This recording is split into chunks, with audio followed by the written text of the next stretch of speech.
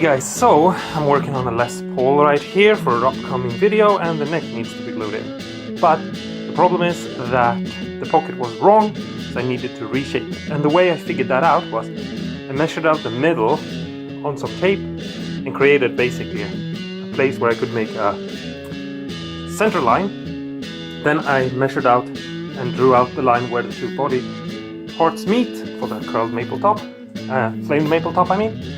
And now I can just put a ruler on here and aligning all of them. So if I can do this with one hand, something like that. And now I can see here, you see how it almost lines up? I'm not holding the ruler completely correctly. All you have to do is basically put in the neck, you align, you do all this work, and then you see how much you have to remove and reshape so you can twist the neck. So I'm getting ready to shape the headstock of this guitar. It's not particularly fun right now, but it will be soon. Here's my jig that I've made. I don't need any clamps in the way for the router, so I have them through little holes on the side. I've done a video making one of these templates, so you can find that on my channel if you're interested. But you can see the router will have all that space to move. Clamps won't be in the way, but it's securely in place, and then I can just take away that little excess and it'll all be good. Here's another tip for you. I've used these clamp bands to clamp down the neck. The guitar body and neck is one, and now I'm getting ready. I can just take my router, place it up here, follow along, route that away. It's all securely in place. It's all gonna be good, it's all gonna work. Put some dye down on this headstock right here, and instead of using a water-based stain, I'm gonna use a lacquer-based. Because as you can see, when I pull up to the edge like this, it doesn't go over the edge and into the wood underneath. And that's because that's usually the way with lacquer-based stains. They are a little bit more forgiving in the suctioning in than water-based stains are. They usually go with the water and gets really soaked into the wood. That's just a little tip, and as you can see, I'm also drawing towards the end, but I'm lifting it off.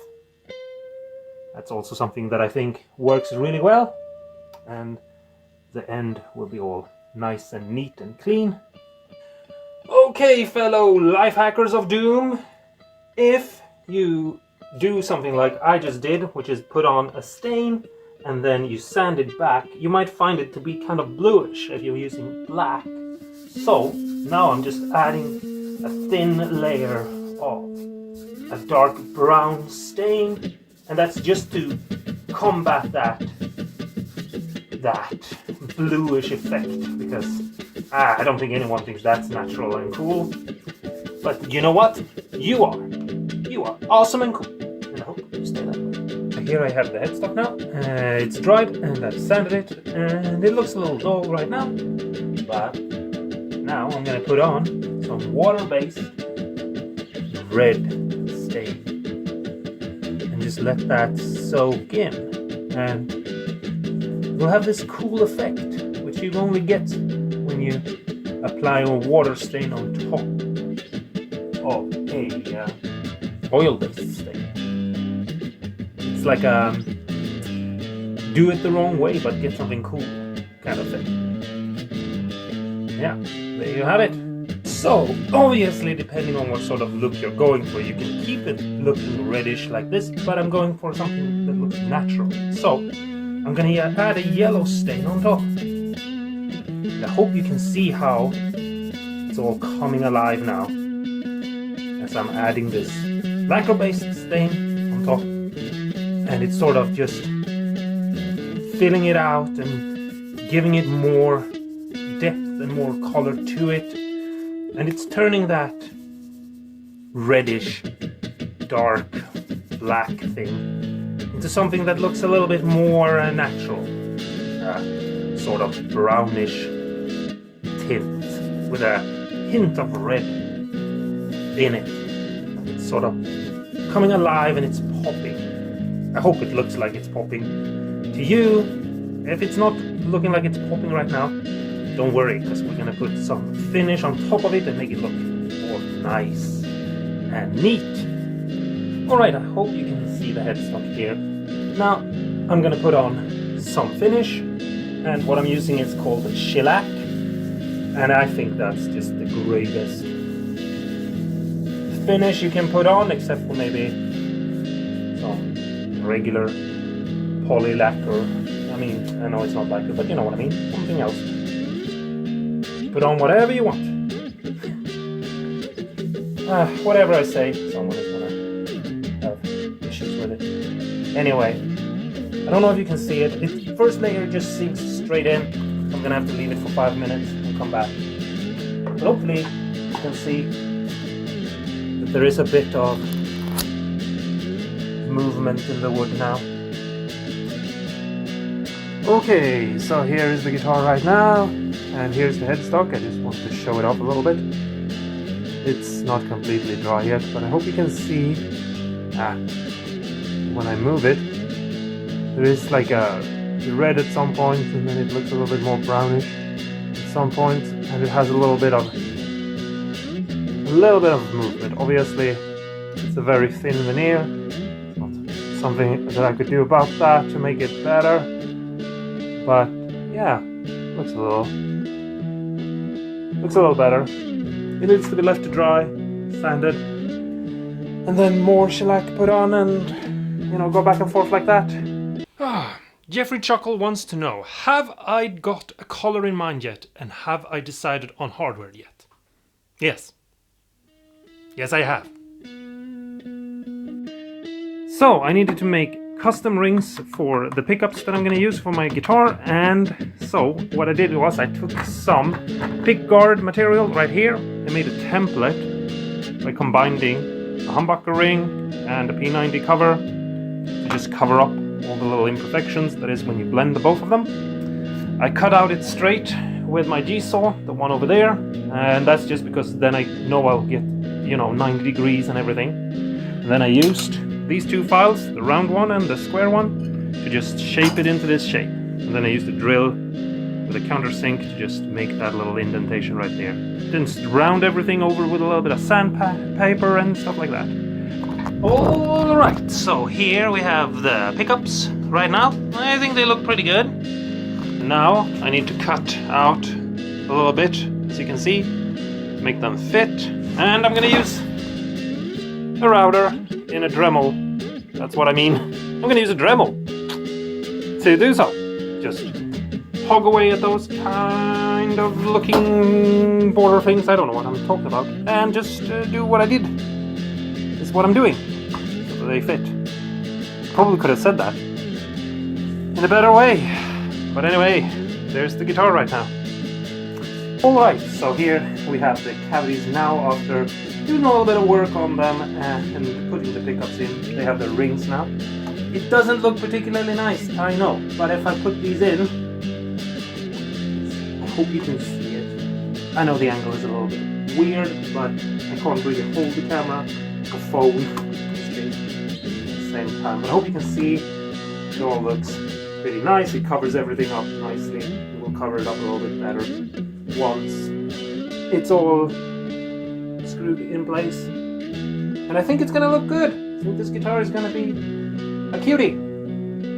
So I'm gonna reshape the back of this neck, not because it's bad or anything, but I kind of want a little bit of a flatter, thinner thing. So regular pen, make a little bit of marking like this, so that I have something to go on.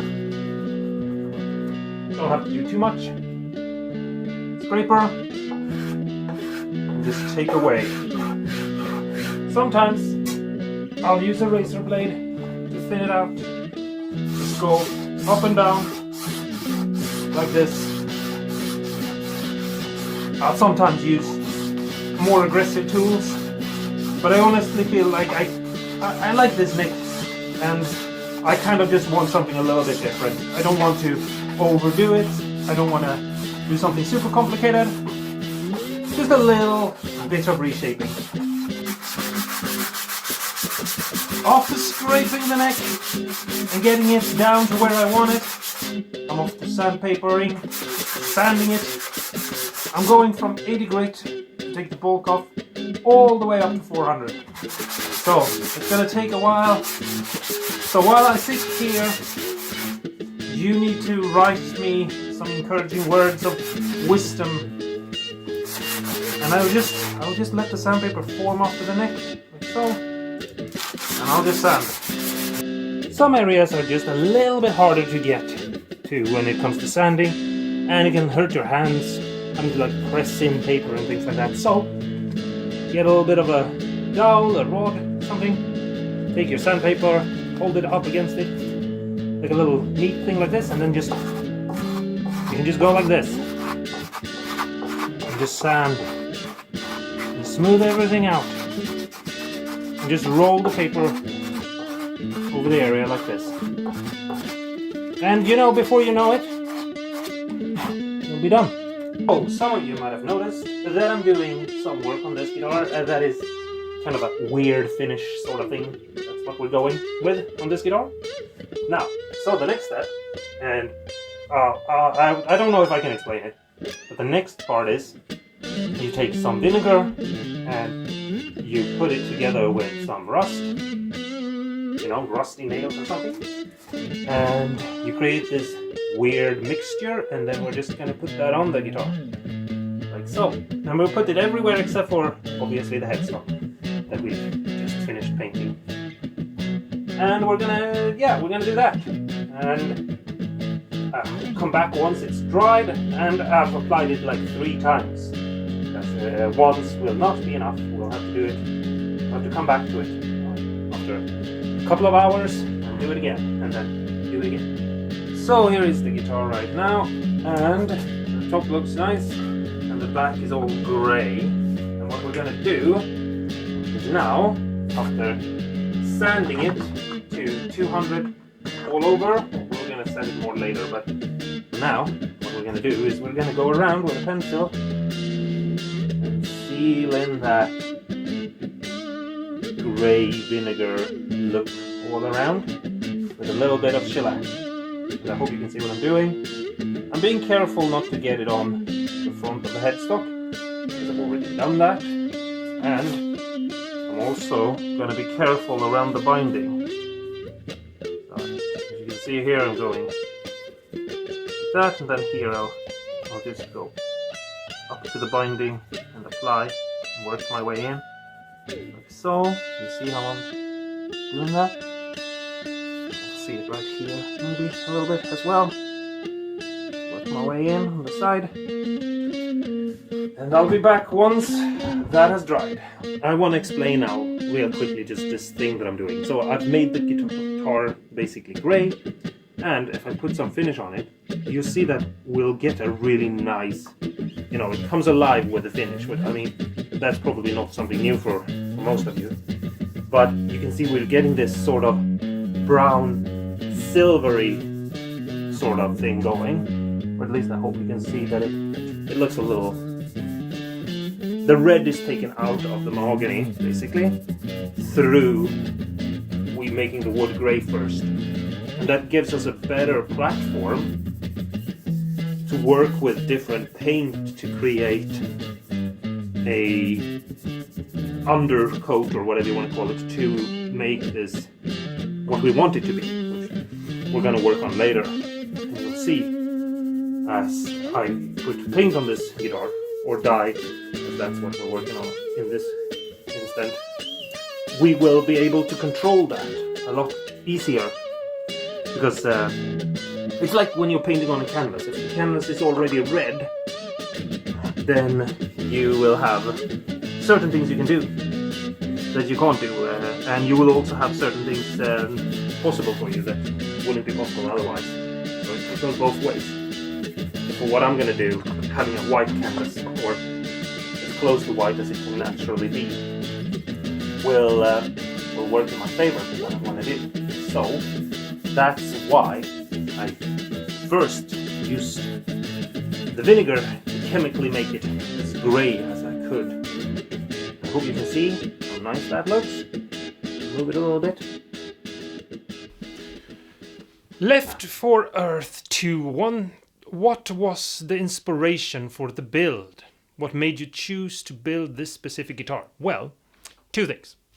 The inspiration was Ademium, which is a desert rose. It has a very beautiful, almost glowing pink flower. But I kind of screwed the top a little bit, so I had to rethink that, and that's why you got the top you got, which is this sunburst, dark burst sort of thing. In the end, I think it looks pretty nice, but I'm probably gonna do the other top at some point. And the second thing was, I had these really nice, expensive, cool p90 pickups laying around. They were actually for another guitar that I was building that I never finished. Still have 90% of the guitar, but yeah, put them in this one instead. They're too nice pickups to not put into something. And if you want to know what pickups that is, it's the Lundgren P90 59 vintage set. So yeah, you can buy them. Lundgren is the best pickups you can buy if you want pickups. I know some of you like Bare Knuckles or Seymour Duncan or something like that, but it's just because you don't know about Lundgren. So yeah, that's it.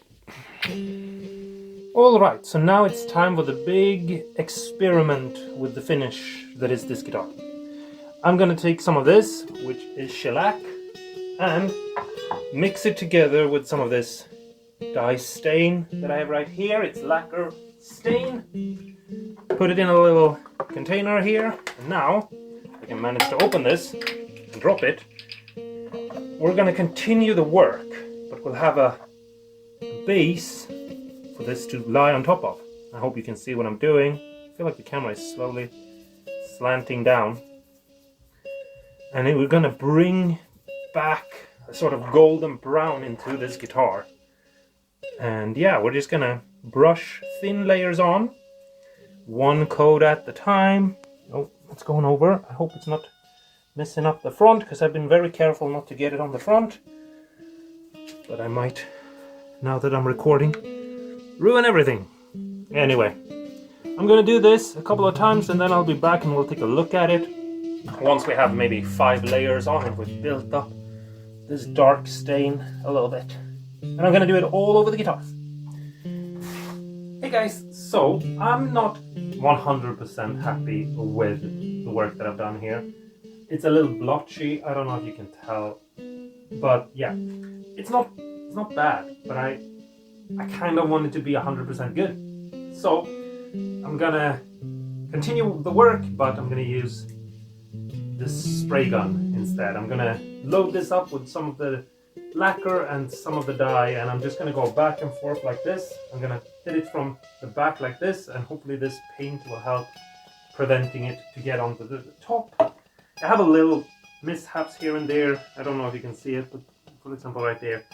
The good thing is it's lacquer and not water, so it hasn't hopefully sunken that far into the grain. Hopefully I can sand it out. Right, so here is the guitar right now. It's not perfect, we have a little bit of work to do, but now let's remove this tape.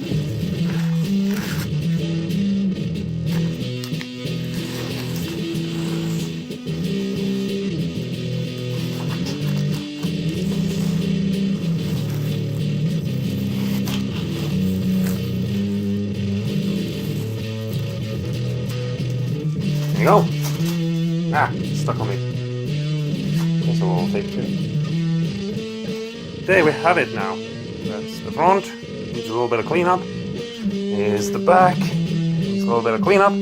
So, now that everything is dried and everything looks good, I need to fix the binding on the side here just a little bit, because, you know, you can't have a little bit of overspill. You can't have that, right?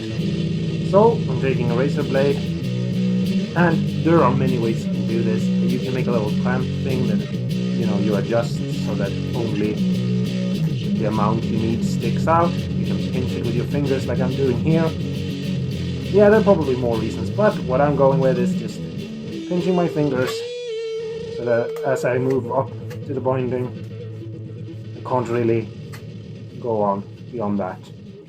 And I'm just going to go through the entire guitar and do this to the binding. Left for Earth 2 wants also to know, how do you anticipate this guitar will help your playing style or playing progress? And this is one of those moments where I have to be honest with you guys and say, I just built this guitar to build a guitar. I'm sorry. I hope it's gonna make me a better player. I hope it's gonna make me fall in love with Les Pauls a little bit more, because I'm not really a humbucker guy, but I really do like p90s. So I hope that it's gonna, let me play that a little bit more, because I'm so used to Stratocasters. And there is a difference in feel and sound, because of the scale length, that I hope I'm gonna get to maybe experiment with and have some sort of revelation in my brain that is just super cool. But I mostly built this guitar because I got a good deal on the kit, and I thought you guys would like to see me build this kit. So yeah, that's the truth. So it might be hard to see this, but on some inexpensive guitars or not very put together kits, for example, like this thing here, sadly, this area here didn't go together perfectly. And you do want a nice transition here, obviously. I mean, if you played guitar for more than 5 minutes, you will know that you want that. So, the way I do it is that I scrape the binding, and I try to scrape this binding into this binding. It means that it gets a little thinner right here where it meets up than maybe you would want it to be, to look good. But we're talking like very small amount, like half a mil at max. But it will help make it blend together, and then you round over the binding here. So just here, you don't round it over super much, but you lean it in and you slowly fade the edge into this. And be careful so you don't do any weird scratches, but that's the best result you can make, or the best you can do out of a bad situation. Alright guys, so now, as a thanks for sticking with me throughout this build, I'm gonna put on shellac, and I maybe my last layer of shellac. We're gonna see how it looks later, but there we have it, smear it around. Just picking up a little bit of color, which I didn't anticipate, so we're gonna have to see about that. Wanted it to stay brown, but I hope you can see that it's not just brown, it's staying alive. Not like the song. It's really picking up the color.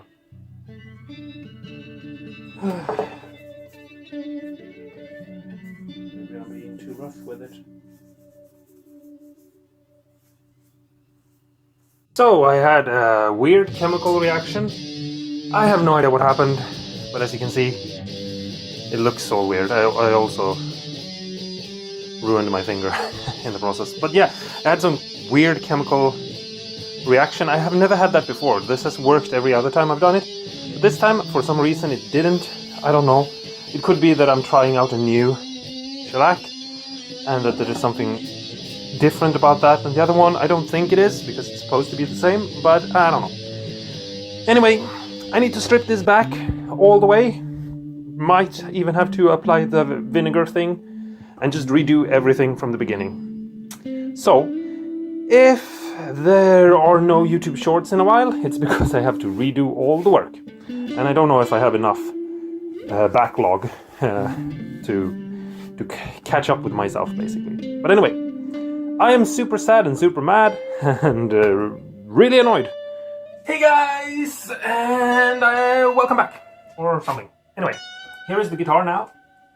Last you saw this, I had to sand all of it back and redo it to make it work. And yeah, this is the front. We have a little bit of cleanup we have to do. We also have to re-scrape the binding because I got a little overspray. Things that we need to clean up. I hope I can get rid of this. If I can't, I'm gonna have to deviate from my original plan and do something else with the top. But anyway, what you all wanted, waited, maybe even to see, here is the back, and I'm pretty happy with it. It looks better than it did. I have a little mistake here. I don't know if you can, yeah, you can see that. There is a line right there where it just got a tiny bit of a run. You can't even feel it. Yeah, that's about it. There's a little mishap up here. up here as well. I don't know, can the camera pick that up? It looks a little wonky right there. Yeah. But anyway, we're back on track. Here's the headstock, if you want to see it. So one of the challenges of having a veneer top that is really thin is that you can very easily go through it. So here I have a tiny bit of 400 grit sandpaper, and that's where I'm going to start. And I'm just going to see if I can just move back and forth, and just get rid of this. It might have gone in too far, but if it has, I'll hopefully be able to tell before I've sanded through the veneer. Obviously, if I have sanded through the veneer, one of the options I have is to make a burst. So yeah, I'm using 400 because it's very fine. It's very hard to sand too much with that. You'll have to sand for a long time. And yeah, it also smooths everything out. I need to sand this top with 400 anyway, because I can feel the grain a little bit. So I've sanded it, and yeah, I can't get rid of all the little imperfections. So I'm having to change my plan. And yeah, the way I'm going to change it is I'm going to make a burst. So I have some red water-based dye here. I'm going to try my very best to put an even coat along here, pencil, just like this, and let that sink in, and work my way around. I'm going to just basically draw a line and try to keep it even. I hope you can see it. And yeah. Alright, so now we're going to do the next experiment. I have really exaggerated this and made it like really red. And so now I have just clean water, and I'm just gonna move my way into this and sort of blend it out and just touch the edge. I'm not gonna bother with like going into it or anything. I'm just gonna exaggerate it with plain water. There's nothing in it. Just let it sink in and just move about in a circular motion. Pick up some of that color and let it blend out. And you see how this is working? You see how this is working? I'm just moving it into that edge. I'm just barely touching it. I'm just moving it out. Something like that. And then last step before we leave it, just take a little bit of tissue paper and just blend this end as well to just dry up. Just take like half what you just did and just smear into it. Like that. I'm gonna get a little bit more water on here. You see how I'm creating a burst? Very easy way of making a burst. I promise you, well, you can do this. We're going to make it even more complicated in a bit. But first we need to leave this to dry and then sand it. So I'll be back once I've sanded it. And we'll take some sort of look. Okay? Alright, so now it's all dry, it's all nice. Come back a couple hours later. I can feel the grain has pulled up again, so we're going to knock everything down, and as I do, you'll see that we get back a little bit of this whiteness in the middle, and the pink and the red will fade away a little bit, and this border here will be softened up even more. We've already created sort of a gradient, but I'm going to do so even more now. So I'm just going to start sanding, and I'm going to have to go crazy on this one. Just sand and sand and sand and sand and sand, and sing a little song about sanding, cause that's what we do until you stay awesome and cool. Alright, so here is the guitar, and I've sanded it and all of that, and now we are gonna bring this alive the same way we did with the headstock. We're going in a little bit of a different direction with this one because yeah, I couldn't remove some of the edges, so we are gonna have to like try to make things work for us a little bit different. I also want this to be a little bit more visible, that there is something here. The headstock is more subtle. Anyway, here I have spirit-based stain with some white spirit in it, just so that it's not so much color. So that if I put this on here now, I try to be gentle with my brush, because I don't wanna, you know, get any splatters or anything. I'm gonna go around the edges first, really work my way in. You can see here how that is going. You can really, you might not be able to tell actually until we get to me moving the guitar around. But yeah, there is some movement that I can tell because I can move around. Yeah, I'm gonna do this, and I'll do the right back. I'm gonna just do the sides first, like this. Leave that to dry for a little bit. Clean my pencil, because there is color in this.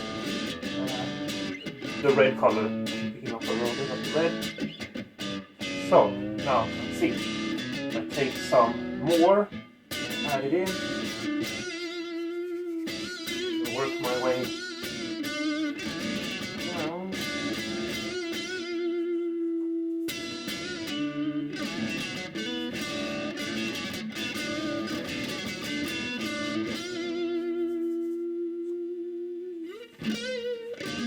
You can see that I'm picking up a little bit of yellow here in the middle. With the stain, I mean it's a yellow stain, but it should be not that much because I cut it. And yeah, the reason why is because if I cut it and I apply it, then I can decide how many layers I want to put on, and so I can make this, you know, very faint yellow. It is right now, where I don't even know if you can pick it up with the camera, or I can make it like crazy yellow if I put on 10 layers. I'm going to put on a couple of layers because I do want it to be a little bit more yellow than this, I think. But first I need to leave these layers here right now. 1.5 or whatever. I'm gonna leave it to dry for a little bit. But by doing it this way, I am creating movement. And what I mean is that the top has movement in it. I don't know if you can see, but there is movement in it. That's a part of it, because it's much easier than dyeing it and having it soaking and then sending it back. You can't really do that with a veneer. So doing it like this, which is a sort of in-between thing. So now we're going to do an experiment. So I have one stain here that is darker brown. It's the one we used on the back. And I'm going to apply some of that on the edge like this.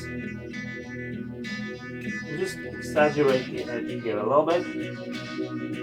And as you can see, like it's brown, but we can sort of see the red anyway. Or at least I hope you can see it. If you can't, then hopefully you can see it later when we look a little bit closer. But I'm exaggerating that.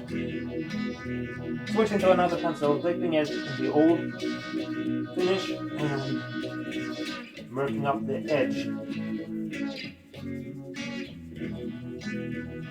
Just gonna blend it a little bit.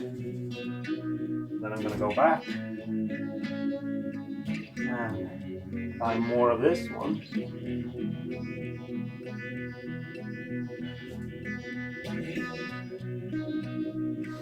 By doing so, I hope I can blend them together.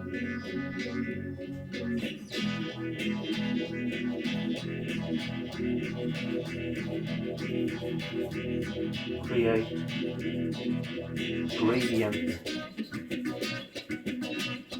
Obviously we could do this with spray, maybe we will. I don't know, we'll see how this goes.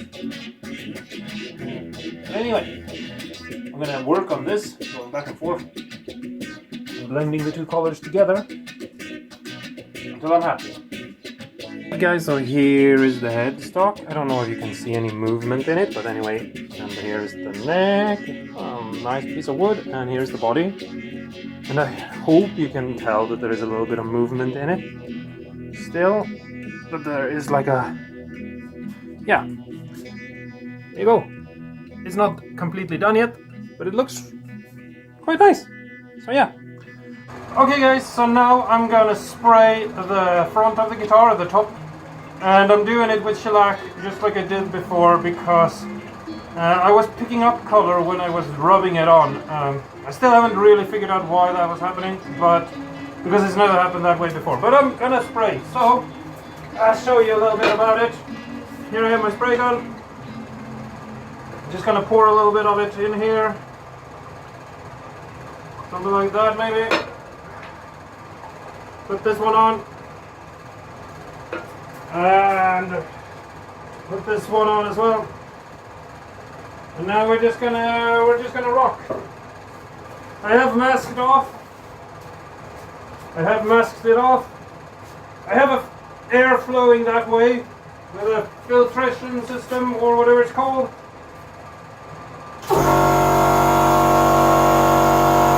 Let's go.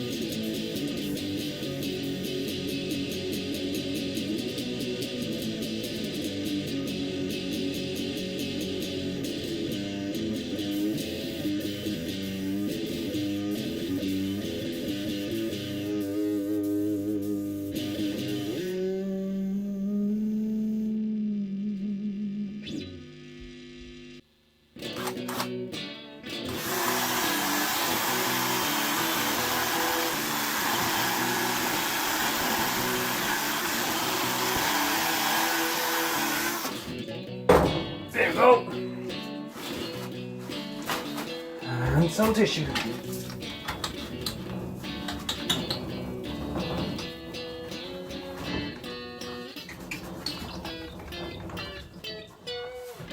Left for Earth 2 also asks me, any future modifications that didn't make the build? Well, I'm probably gonna experiment a little bit with the electronics.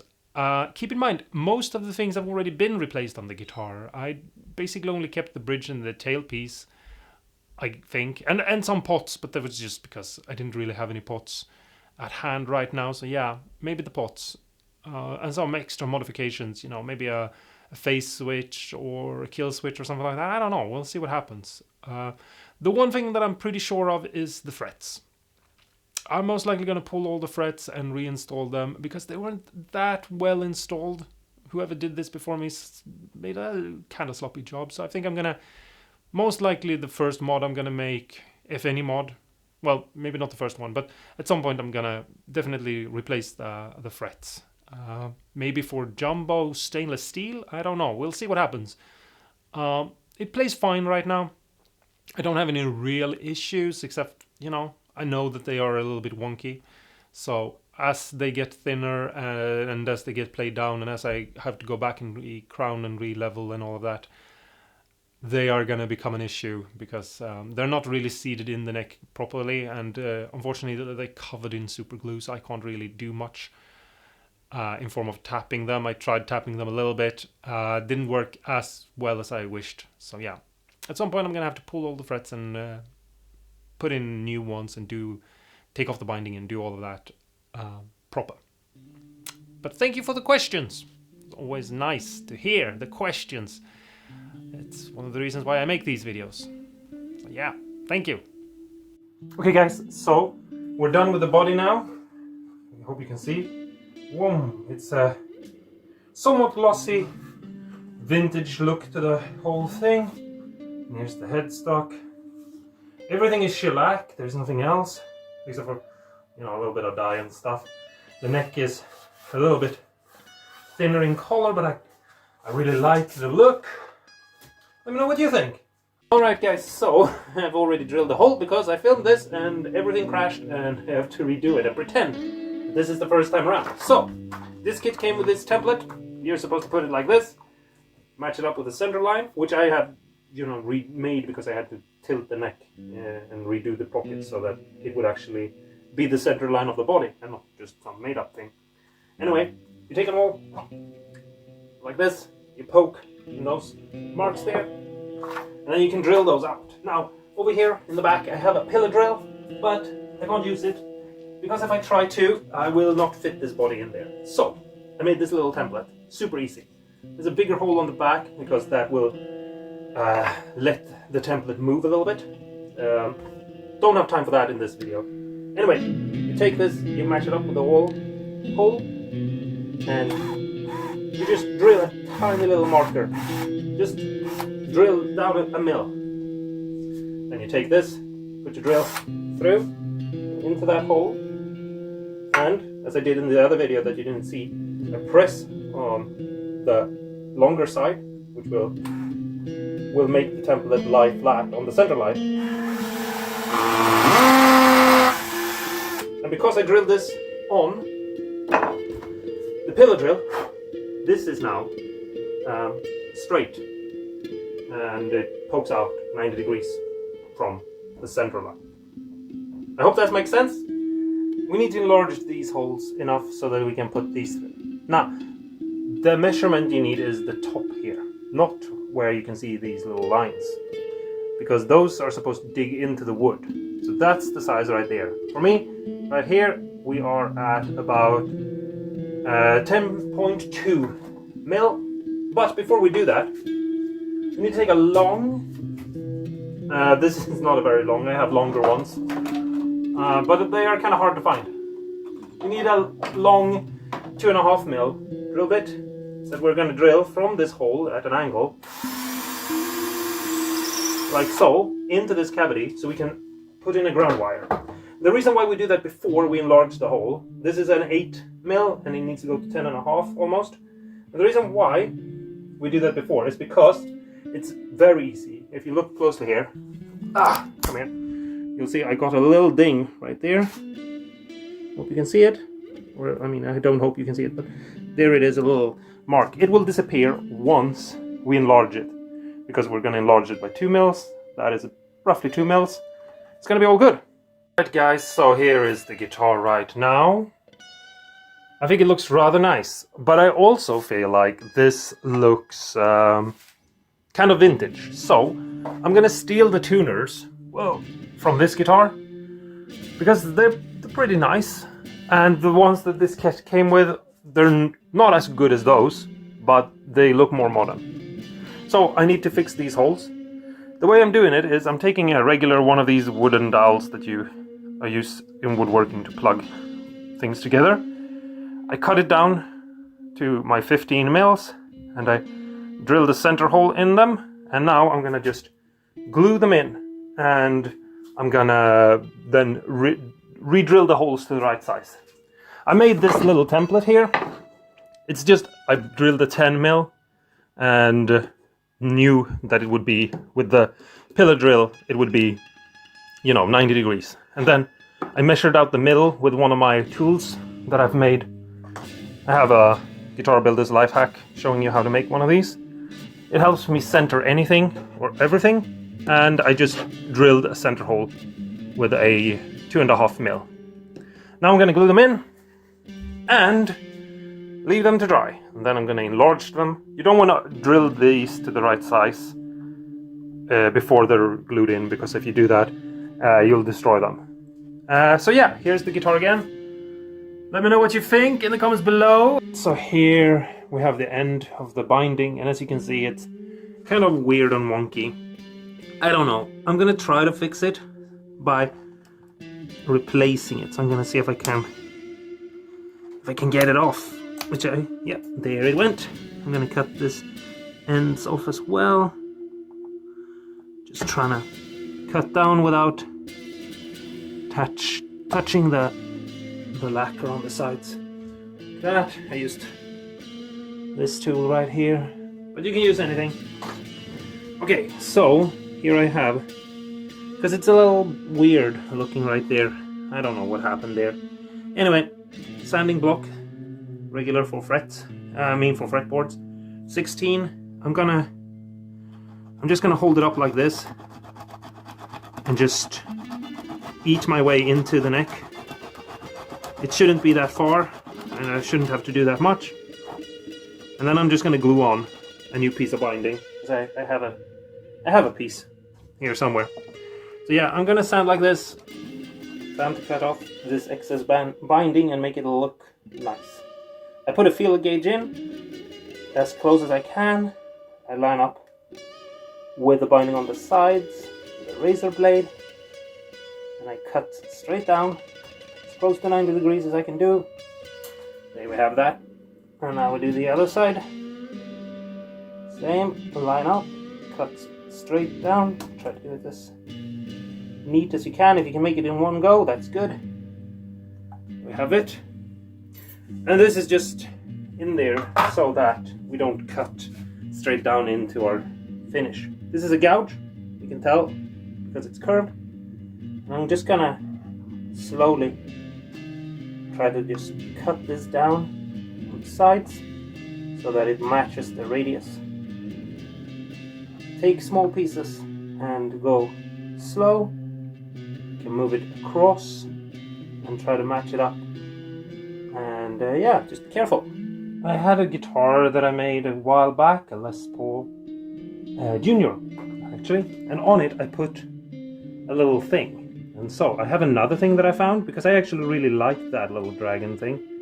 And now I've found a little knight that I probably got as a kid at like a museum or something, you know. So I'm gonna put just a little epoxy down, like so. I've marred up the finish here, got into the bare wood. And now I'm just gonna line this to cover up that, so that I get a good connection. Something like that. That looks good. And now I have the clamp to clamp it down. And I've put tape on one side, because I hope it's gonna prevent it from marring up the finish on the back. But if it doesn't, I will have to fix that later. We'll see. There we go. Align it so that it feels sort of centered between the two tuners. Something like that, and we'll just leave that to dry for 5 minutes, and then we'll be back. Time to shield the cavities. And I know people think that this is, you know, on YouTube, on internet, there's a lot of debate. I'm gonna go with taping it. And if you want to know what I think about shielding tape and shielding paint and things like that, I think that what matters, that truly matters, is that you make sure things are shielded and that you make it look nice and proper and that you cover everything perfectly. And if you can do that with tape and make it good, I think that's the better option. Because it's a little thicker, it's a little bit more robust, and if you can do it without destroying your tape, like I just did, that's good too. No, but seriously, hardly matters. The importance is that you get a good coverage, and paint can be harder than you might think, because you might not notice that you haven't covered as well as you think you have. With tape, you can really tell if you've done a good job or not. Anyway, I roll it up into a little ball like this. I peel off a bit and I cut it off. And then I stick it in. And I try to get it as close as I can to the bottom. I hope I'll be able to tell. I hope I'll be able to show you. I peel this off as I press it along the side. and pull it off, realign it a little bit so that it is sticking to the bottom. And then I just go around like this. And because I accidentally cut through my tape, I'm gonna have to get a second piece. Because as you can probably tell, it doesn't go all the way around, but that's okay. Make sure you have the kind of tape that gets continuity from both sides. Just hold the continuity up and you'll see. When it comes to the edge, I try to just give myself a little snip. Let's see if I can fold it over. If I can't fold it over, I'll go in with a razor blade and cut. And it's just so that we get continuity to the back plate, which also will have some shielding put on it. So yeah, that's it. Okay guys, so I've shielded both cavities, the one here and the one here for the switch, and soldered a wire in place here, and I've soldered 2 wires in place here, because I also soldered a wire to the bridge. And now, what you have to do is you take your model meter, you put it to continuity so you can hear and read the readings from it. You hold one prong there and one there, and if you get a sound, that's good. I don't know if you can hear the sound. I can hear the sound. It's all good. Then, and this is a little fiddly, I'm going to try to hold the guitar and one prong to the bridge. There's the sound, and there's the sound. You have to check that. If you don't check that, and if you don't get those readings, then you're not shielded and you're not grounded. And if you're not shielded and you're not grounded, then you might as well not have done this, because this is how you know that it works. If you have tape that you don't know if it works for shielding, then you take the tape, you peel it back, and you hold one prong on the side with the adhesive and the other one on the other side. And if you still get continuity, that means that you don't have to care about, you know, soldering in between pieces or something, you know, because you will have a seam or something. You can also obviously check. I have a seam right there, for example. Let's see if that's continuity. Yeah. Easy peasy. Alright, so I have twisted 3 wires. Maybe you can't see, but yeah, it doesn't matter right now. 3 wires together to make a spool sort of thing, long. 1 wire of 3 wires goes straight through the guitar from here to here. And now I'm going to solder in the switch. The kit comes with one of these switches.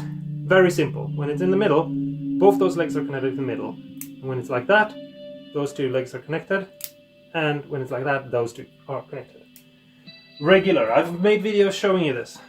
I'm switching it out for a nicer, higher quality switch. I have it right here. And these switches are a little bit different, because they are not connecting a metal thing to a metal thing. They are removing a thing instead. So when I push it like this, it's lifting that one up and not lifting that up. So this one is not reversed. So when it's in this position, that side is still connected and not that side. If you see my other videos, you know that the switch will be to the opposite side, because it's like on a little wheel like this. But these are the opposite. This is a pin that is lifting the metal away. So you need to drop this in here, decide which color gets connected to the middle here, which will be the middle and the signal, and then which color is the top and which is the other one. But yeah, I'll do that. Alright, so now the switch is in place right there, and the 3 wires are pulled. And now, to make sure that all of this works before we do anything, I have clamped one to the middle wire, which is the yellow one, and now I can try to figure out which one is the neck position. So if I put it in the middle position, I flick it with my hand over here, I can check and see if I get continuity. Here we go. I continuity on both. Okay. If I flick it up, I've got continuity on the green, but not on the blue, which means then green wire is my neck. And if I flick it down, we've got continuity on the blue, which means that's my bridge, but not on the green. And that's the way it's supposed to be, and that's how you know that it works. And then you don't have to tinker with anything afterwards and try to figure out what you did wrong. You know immediately now at this stage, before we even put the pickups in, that you made everything right or everything wrong. And here it is, and all the wires are lying here neatly. You have the 3 wires for the switch, the middle, the neck, and the bridge. And then we also have a black ground wire that is grounding the switch to the rest of everything, but also grounding the shielding. Okay guys, so here is the guitar right now. I'm pretty happy with it. I think it looks rather nice. Here's the headstock, and here are the tuners. And yeah, I have the wires going from the pickups here, and I put a little bit of tape on the neck pickup as I installed it, because that makes it a lot easier for me to know which one is which one. Hit the guitar in the ceiling is also awesome and cool. And yeah, these sorts of pickups are vintage. That means that the lead wire is inside of a shielding wire, but that shielding wire is the ground. Just keep that in mind when you're doing something like this, that you might have weird pickups. So one issue you might have, that I've never seen anyone really talk about, is that when you screw in your potentiometers, the legs, the back side of the potentiometer, on this side here, those might touch and bridge the connection to the ground foil. So you put a piece of tape on it, across it like this, and then when you screw it in, those legs are not close to touching the shielding. You take your prongs and you hold them, one to the leg and one to the shield, and if you get a sound, that means you have continuity, and that's when you know you need to put a piece of tape. It's very easy to make this mistake, so if you do, don't worry, just put a bit of tape to shield the shielding from the pot. Okay, so I have to wire in these wires.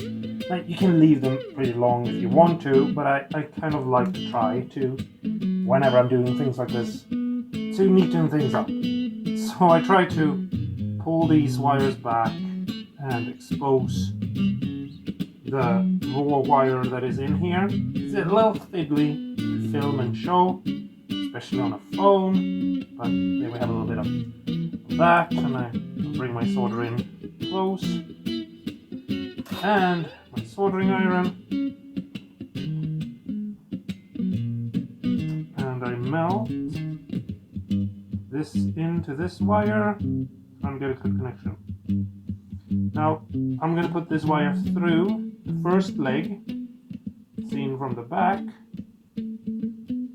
here, so, and then put the wire back on, and then push this steel thing onto the back of the pot and press it down and feed solder into it, melting this wire in place down to the pot. It only takes a minute or a minute. What the hell am I saying? No, it only takes a second or two. And you can use a little bit of flux if you feel like it's a little hard to get it on there. So that's what I'm going to do. I'm going to put a little bit more solder on the wire just to get a nice connection. First off, now we've done the switches, so we put the wire from the switch to the middle leg, soldered in place. Make sure you have the switch in the upper position. That wire will be to the upper row here, because that's how you select your neck pickup.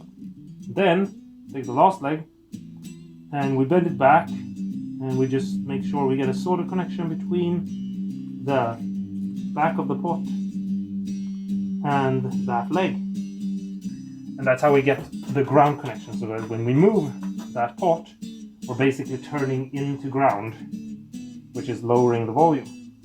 Now I'm just going to do it to this volume as well, just sort of mush the leg out a bit and then pull it back so that it can get a connection to the back.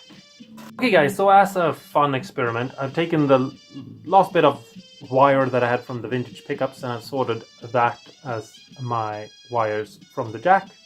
This is shielding, so I hope this is gonna be more interesting than just two wires and maybe cut down on some of the noise. I don't know.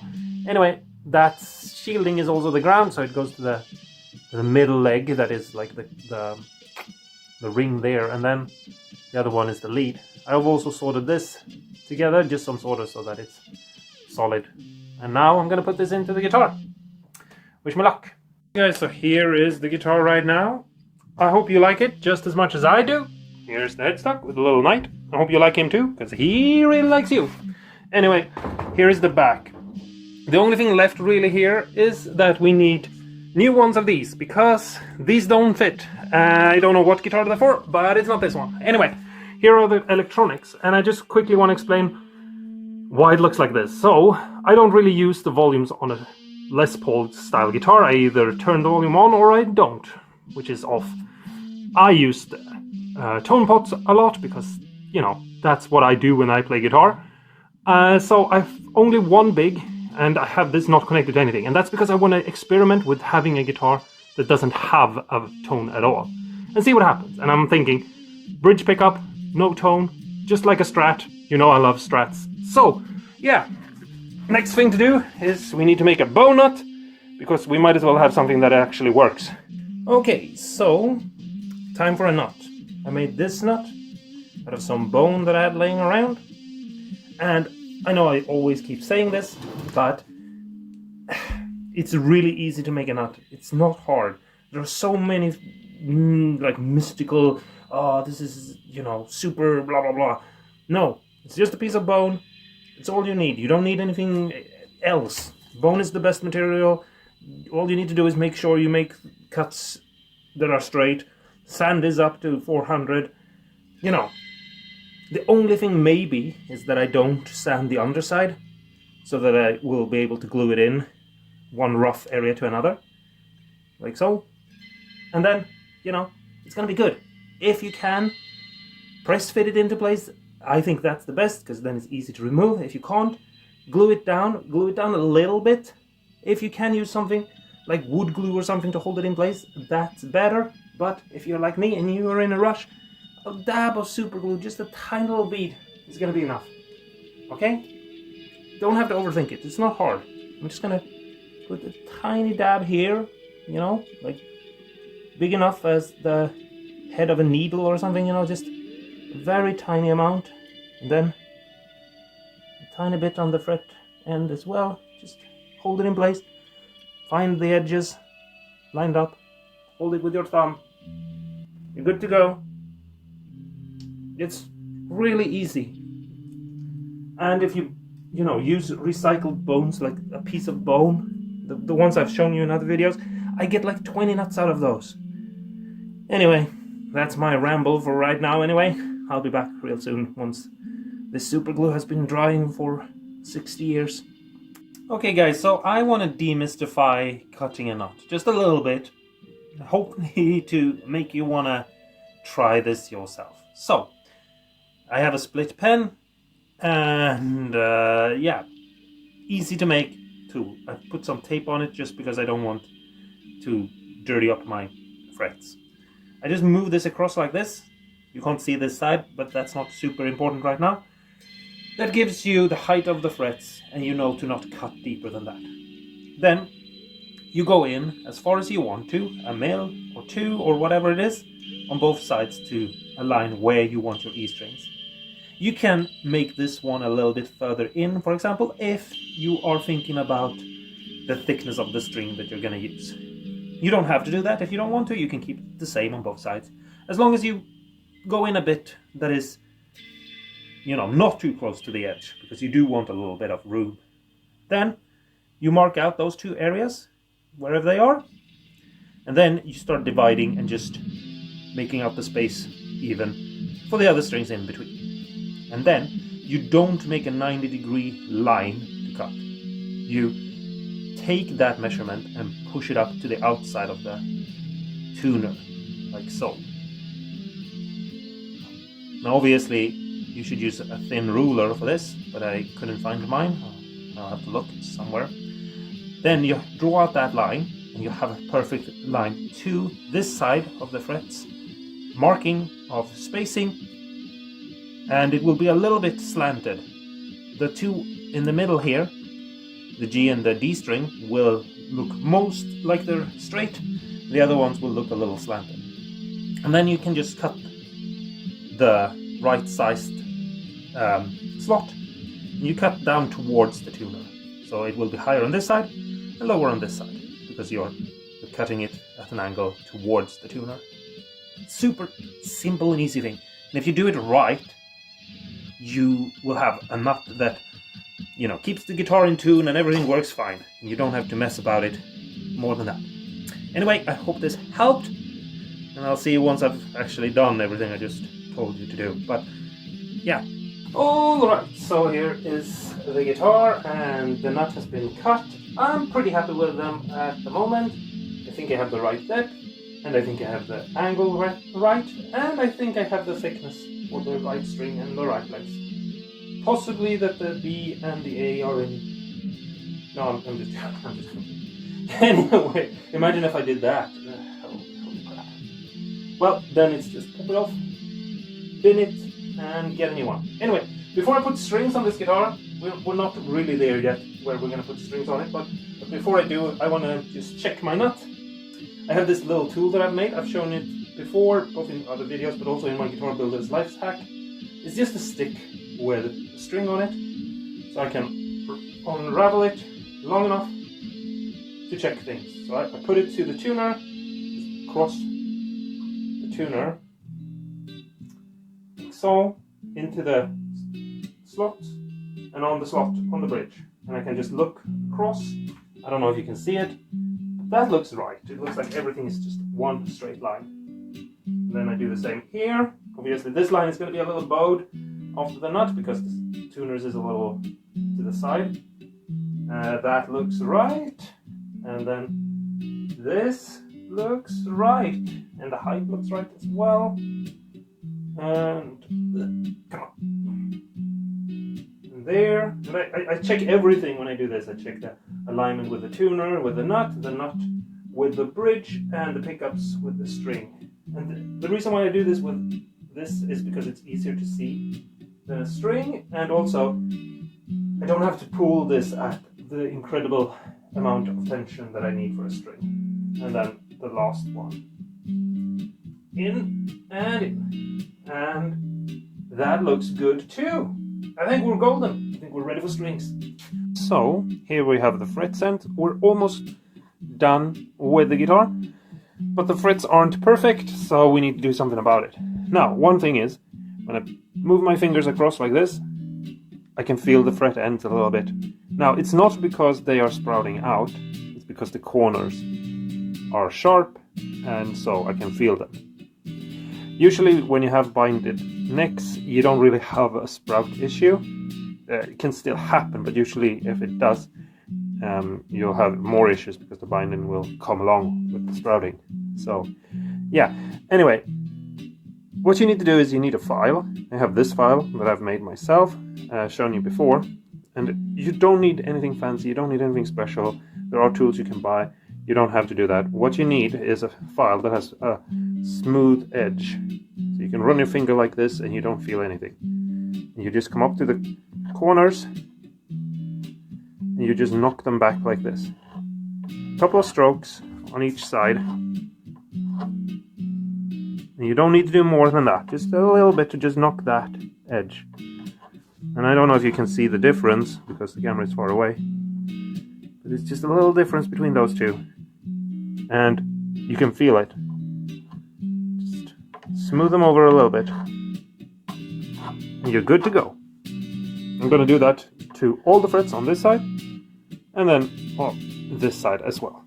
Alright, so it's time to work on these frets a little bit more.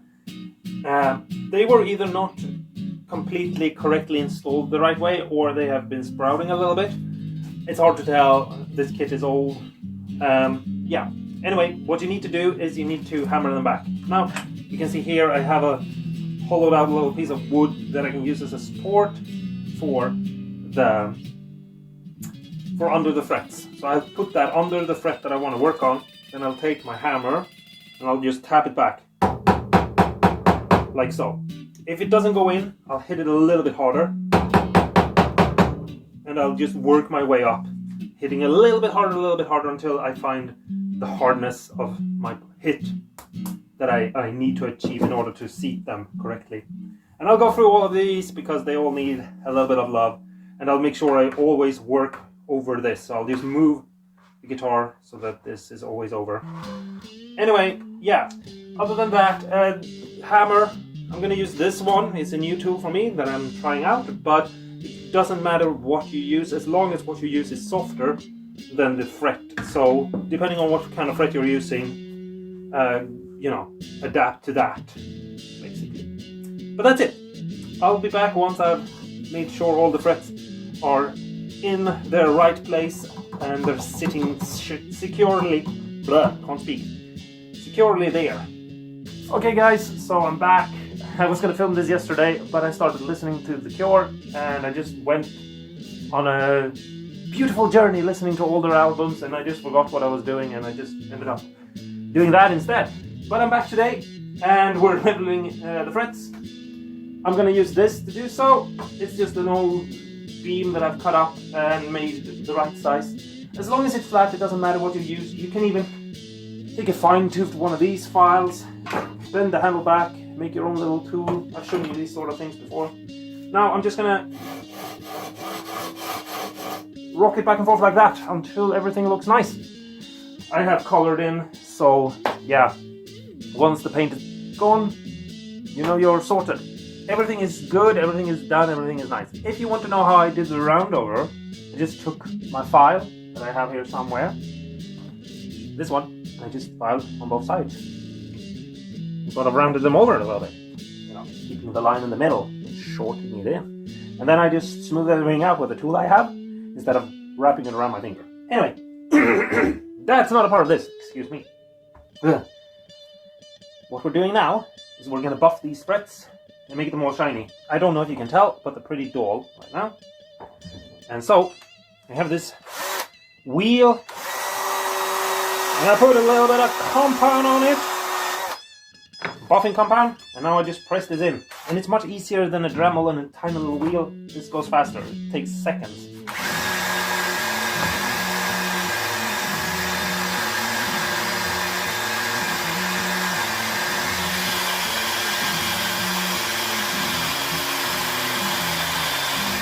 And really that's the reason, the main reason why I mask up the fretboard. Because now, which I hope you can see, minus that fret, but I haven't actually done that one. I hope you can see now. Those are really, really shiny, whilst those, they're not. Alright, so here is the neck now. The frets are looking perfect. I can see my own reflection in them, which is not a good thing for me, but it's what you want. Anyway, we have to remove this. There's a bunch of tape, and we don't want that on. Especially not when we're going to play the guitar, because it's gonna feel awkward. So, give me a moment to show you the fretboard. If you want to do this real quick, you can put tape along the side, so you only have to lift that, and you don't have to lift every individual tape like this. But I feel like a lot of guitar building is just habit. You get into the habit of doing things the right way. And sadly, that is one of the habits I don't have. I just don't have it. But it's okay. As long as you don't have the habit of, I don't know, cutting your guitar in half with a chainsaw or something like that, you're gonna be alright. I need to pick up some of these a little bit more carefully, I think. But here we go. Oh my god. Almost there. Why don't you wanna come? And then this. Come on. No, that was 2 pieces, not 1. There we go. Lovely job, some, like some will say. Look at that. Now, just a little bit of lemon crap, because I know everyone on YouTube loves that. Now we just smear that. I'm gonna give it a proper clean as well. And what I mean with that is just a little bit more than right here, but I want to show you this before the camera dies. I think that looks nice. Shiny fretboard with shiny frets. It's gonna play like butter. Alright guys, so here is the headstock now. Here is the guitar, all of it. Yes, looks good. I think we're done with it actually. Obviously we need to put strings on and set the height of the bridge and all of that. But I still haven't gotten the 2 covers. And obviously they're not gonna fit. We're gonna have to do something to them to make them work. But yeah, look at those frets. They look shiny. Woo! Okay guys, so I don't know what happened. I really thought that this would not arrive before Christmas, but all of a sudden from nowhere, postage came 5 minutes ago. I'm filming this now. I have it right here. Here's the package. I haven't opened it yet. Yeah.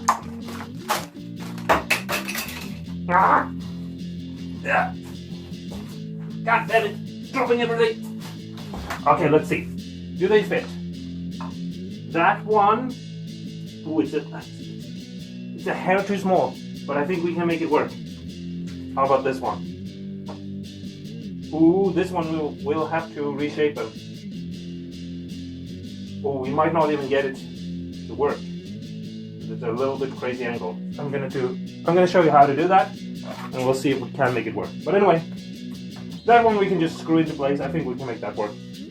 I'll put some shielding on the back. Anyway, that's great. We'll have 1 more shot or 3 before Christmas. Yeah. Anyway. Yay. Alright guys, so here is the guitar. Here's that lid. There's like a mill surrounding it of space, so it's not perfect, but if I need to take it out, it's gonna be easier than if it's a super tight fit, so that's okay. I'm thinking maybe black screws that are a little bit smaller would look nicer, so let me know what you think. But if I go with that, it's gonna have to wait, because there's no way those screws will show up anytime soon. Anyway, okay, this thing here, we need to do something about it, because there's just no way we're gonna get this to fit, no matter what we do. So, hopefully, we can just cut this out a little bit and make it work for us, but we'll see. You take a piece of paper and you hold it firmly in 2 places, and then you just rub your finger back and forth like this around the edge, and as you can see, or at least I hope you can see, it's making an imprint. Hopefully you can see there's a fold. If you can't, you will be able to see it once you do it yourself. You feel like this. Anyway, I'm gonna cut this out on that line that I created by creasing the paper. See if I can do it quickly enough for this to be a YouTube Shorts. Stress. If it doesn't turn out perfect, I'll redo it off camera and take my time. Something like that, maybe. Yeah. Good. Now we just need to see, can we fit this here?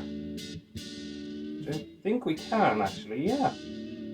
Maybe not completely. Maybe not completely, but almost completely. I'm gonna line this up as good as I can, which I think is something like this, and tape it down, and then I'm just gonna use my belt sander to remove a little bit here, a little bit there, and a little bit there. And I'll be back.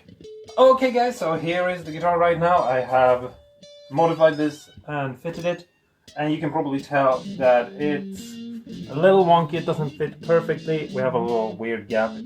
But I'm thinking, we can just pretend, you know, that this is an old guitar, you know, from the 50s or something, and the plastic has just shrunk a little bit, you know, old plastic on old guitar shrinks, you know. I know it will decrease the value of this guitar a little bit by going that way, but you know, I'm willing to do that sacrifice for you guys, just once. Anyway, so here is the back of the guitar.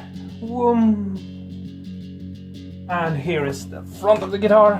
Whoa. Yeah. And we have to put this thing back on. Like so. And I'm gonna go and put strings on it.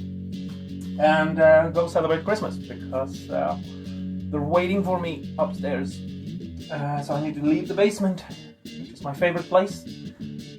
So yeah, sad times. Yeah. Okay guys, so now, yeah, everything is where it's supposed to be and it's all good.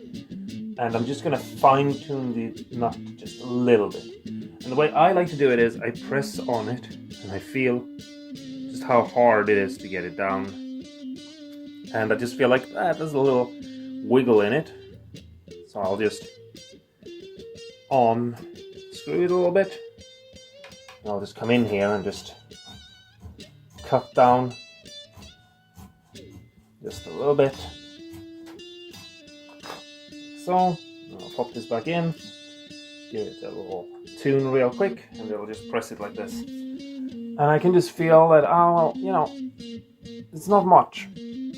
But if I go back and forth like this just a little bit, I can just feel a tiny, tiny amount. You want it to be little, but you don't want it to feel awkward.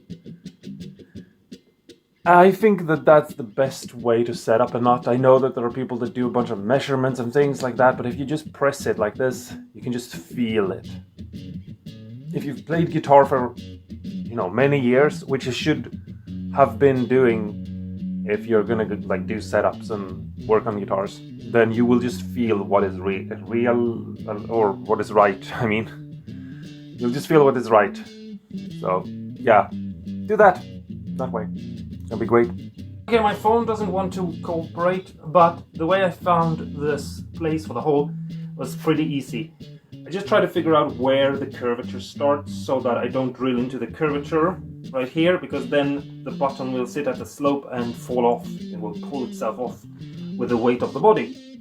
And then I just took my strap and I just tried to figure out, okay, I can't have it go, you know, directly up towards the neck.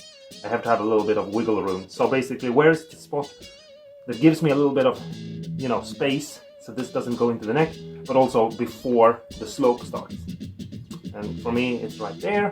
Measured out where the middle is, this way, and just made a little mark with an awl. And now I can drill that hole and install a button. So yeah. Hey, so I was gonna install the strap buttons, but when I opened the package, I realized that this is the quality of rings you get. It's just like a little thin plastic nothing. Super lame and not worth putting on a guitar. So I just took a scissor, traced them with a pen, cut them out in leather. New, nice ones. And I'll just put this over the screw a little bit like this, like I would with anything. And then just see if I can show you into the hole here. And just screw it into the guitar.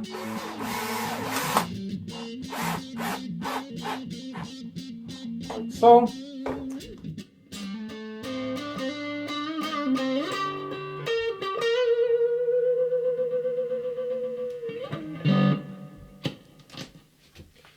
Don't forget to stay awesome and cool, and go play guitar and have some fun.